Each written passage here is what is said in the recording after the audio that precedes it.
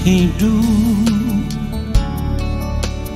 kudus seperti Yesus,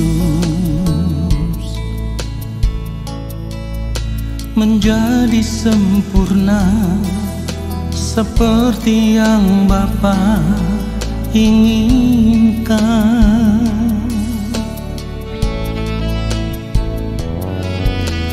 Ku mau selalu berkenan padamu, hidup mengenakan pikiran dan perasaan Kristus, dalam perkataan, dalam perbuatan. Ku mau Kristus nyata di dalamku, yang ku ingini hanya kerajaan-Mu, ya Allahku. Keindahan dunia, kesenangan dunia, tak ku ingini lagi semua itu, sebab kemuliaan yang Bapa sediakan, itulah yang sempurna.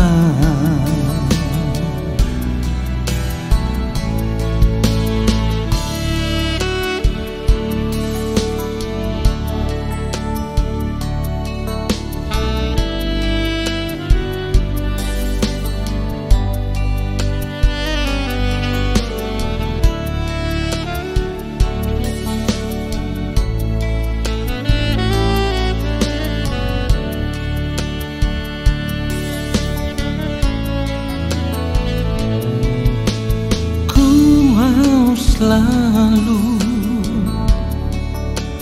berkenan padamu, hidup mengenakan pikiran dan perasaan Kristus, dalam perkataan, dalam perbuatan. Ku mau Kristus nyata di dalamku, yang ku ingini hanya kerajaan-Mu, ya Allahku. Keindahan dunia, kesenangan dunia, tak ku ingini lagi semua itu, sebab kemuliaan yang Bapa sediakan, itulah yang sempurna. Itulah yang sempurna.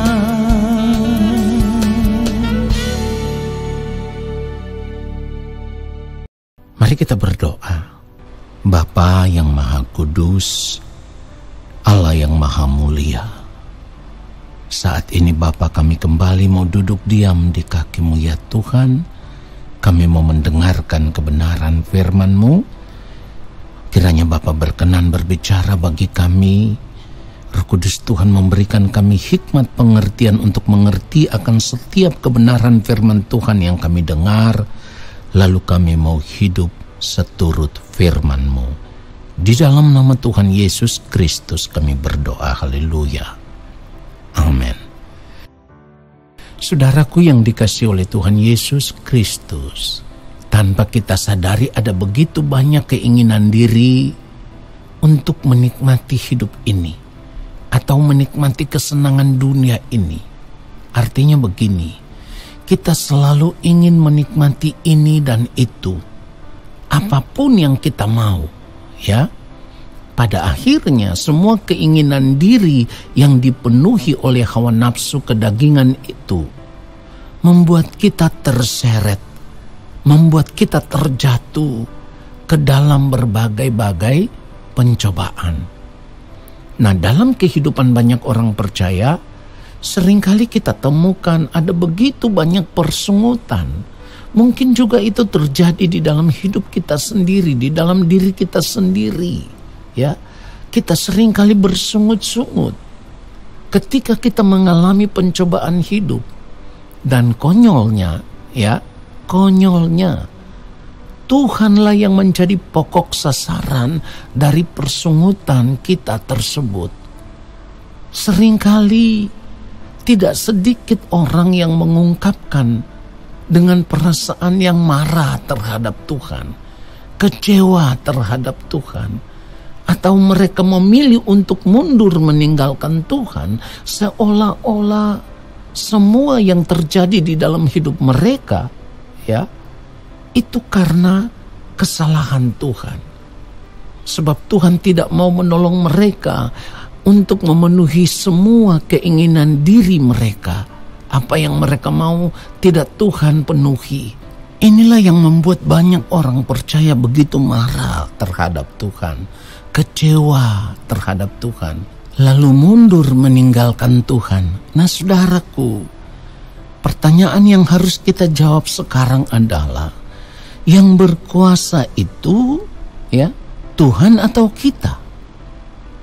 Kalau yang berkuasa itu Tuhan, maka kita harus tunduk sepenuhnya di dalam kedaulatan Tuhan. Bukan sebaliknya kita memaksa Tuhan untuk mengikuti setiap keinginan kita. Ini kan tindakan hidup yang konyol, saudaraku.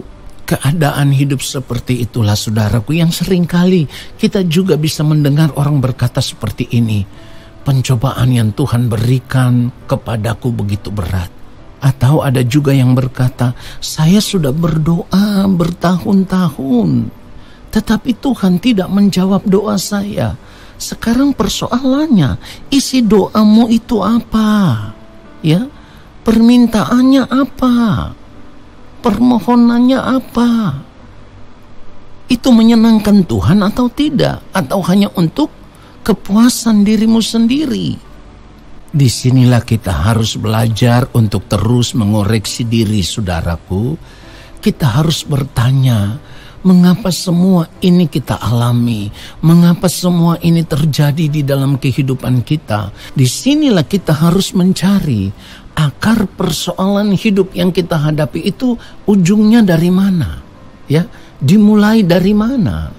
Kalau itu terjadi karena keinginan diri kita, maka kita harus menyadari keinginan kita itu sesuai dengan keinginan Tuhan untuk kehidupan kita atau tidak.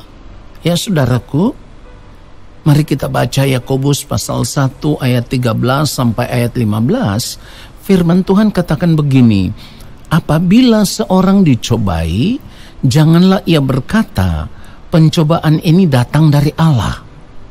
Sebab Allah tidak dapat dicobai oleh yang jahat, dan ia sendiri tidak mencobai siapapun. Ayat 14, tetapi tiap-tiap orang dicobai oleh keinginannya sendiri, karena ia diseret dan dipikat olehnya. Ayat 15, dan apabila keinginan itu telah dibuahi, ia melahirkan dosa. Dan apabila dosa itu sudah matang, ia melahirkan maut. Saudara, perhatikan itu. Dari kebenaran firman Tuhan yang kita baca ini seharusnya kita mengerti. Bahkan kita menemukan jawaban atas semua persoalan hidup yang sedang kita hadapi saat ini. Yaitu bahwa yang pertama, perhatikan baik. Yang pertama, pencobaan yang terjadi dalam hidup kita saat ini ternyata semuanya itu lahir dari keinginan diri kita sendiri. Jadi bukan karena Tuhan. Ingat itu? Bukan karena Tuhan, tetapi dari keinginan diri kita sendiri. Yang kedua, Allah tidak pernah mencobai siapapun. Artinya, di sini kita bisa mengerti bahwa kitalah yang menciptakan pencobaan atas diri kita sendiri akibat daripada keinginan yang kita miliki, yang dipenuhi dengan hawa nafsu kedagingan, saudaraku. Yang ketiga, kita harus sadar bahwa semua keinginan diri kita yang penuh dengan hawa nafsu kedagingan itu ya akan menggiring kita ke dalam bahaya. Perhatikan itu, semua keinginan diri kita yang dipenuhi dengan hawa nafsu kedagingan itu akan menggiring kita ke dalam bahaya. Kenapa? Firman Tuhan katakan apabila keinginan itu telah dibuahi, ia melahirkan dosa. Dan apabila dosa itu sudah matang, ia melahirkan maut. Kapan itu terjadi? Setelah kita berada di balik kematian, saudaraku.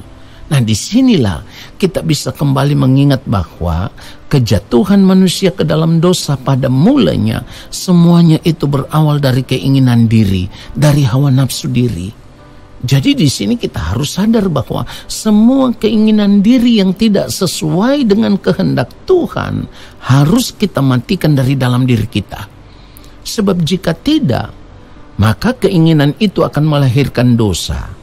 Akibat dosa itulah yang akan membuat kita terbuang ke dalam maut.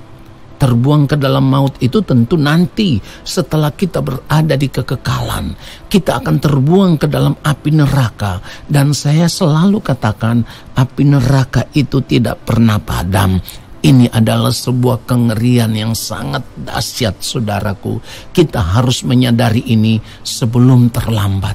Jangan menganggap sepele akan hal ini, saudaraku. Kita harus berubah untuk satu hal ini. Itulah kenapa firman Tuhan menasihatkan kita di dalam Amsal pasal yang keempat ayat 23. Jagalah hatimu dengan segala kewaspadaan, karena dari situlah terpancar kehidupan. Saudara, di sini kita bisa mengerti bahwa bejana hati kita tidak boleh diisi atau tidak boleh terisi dengan keinginan-keinginan diri yang penuh dengan hawa nafsu kedagingan. Sebaliknya, bejana hati kita harus terus diisi setiap hari dengan kebenaran Allah, supaya seluruh hidup kita akan dihiasi oleh kebenaran itu saja. Tidak ada yang lain lagi yang menghiasi hidup kita selain kebenaran Tuhan saja.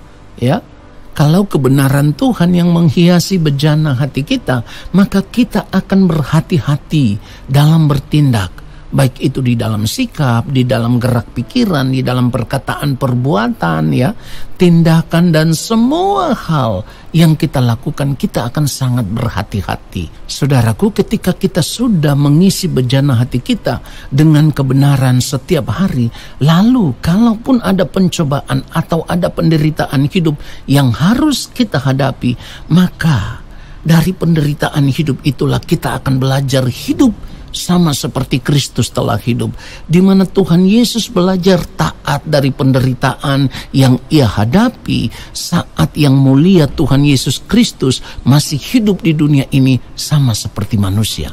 Saudara yang dikasihi oleh Tuhan Yesus Kristus, Yakobus pasal 1 ayat 12 firman Tuhan katakan begini, berbahagialah orang yang bertahan dalam pencobaan, sebab apabila ia sudah tahan uji, ia akan menerima mahkota kehidupan yang dijanjikan Allah kepada barang siapa yang mengasihi Dia. Sekarang kita bisa mengerti bahwa taat dalam penderitaan itu akan membuahkan buah yang indah, yaitu buah kehidupan di kekekalan nanti. Cara hidup seperti inilah yang akan membuat kita tidak lagi mengingini apapun yang ada di dunia ini. Dunia dengan segala kesenangannya di mata kita akan menjadi pudar, sebab kerinduan kita, keinginan kita hanya satu, hidup menyukakan, menyenangkan hati Bapa di sorga dan melakukan semua kehendaknya. Tuhan Yesus memberkati kita semua. Haleluya. Amin. Mari kita berdoa, saudaraku. Kami mengucap syukur untuk kebenaran firman-Mu ya Bapa. Terima kasih untuk firman-Mu yang sudah memberkati kami. Kami bersyukur di dalam nama Tuhan Yesus Kristus. Saat ini kami semua mau mengangkat tangan di hadapan Bapa di sorga. Kami percaya Allah Bapa di sorga akan menurunkan tangan dan memberkati kami semua. Turunlah atas kehidupan kami segala berkat kasih karunia daripada Allah Bapa di sorga. Rahmat cinta kasih yang berlimpah-limpah dari Gembala Agung yang mulia Tuhan Yesus Kristus, di dalam persekutuan yang manis dengan Roh Allah yang kudus, menyertai langkah hidup kami dan memberkati kami sekarang dan sampai selama-lamanya. Amin.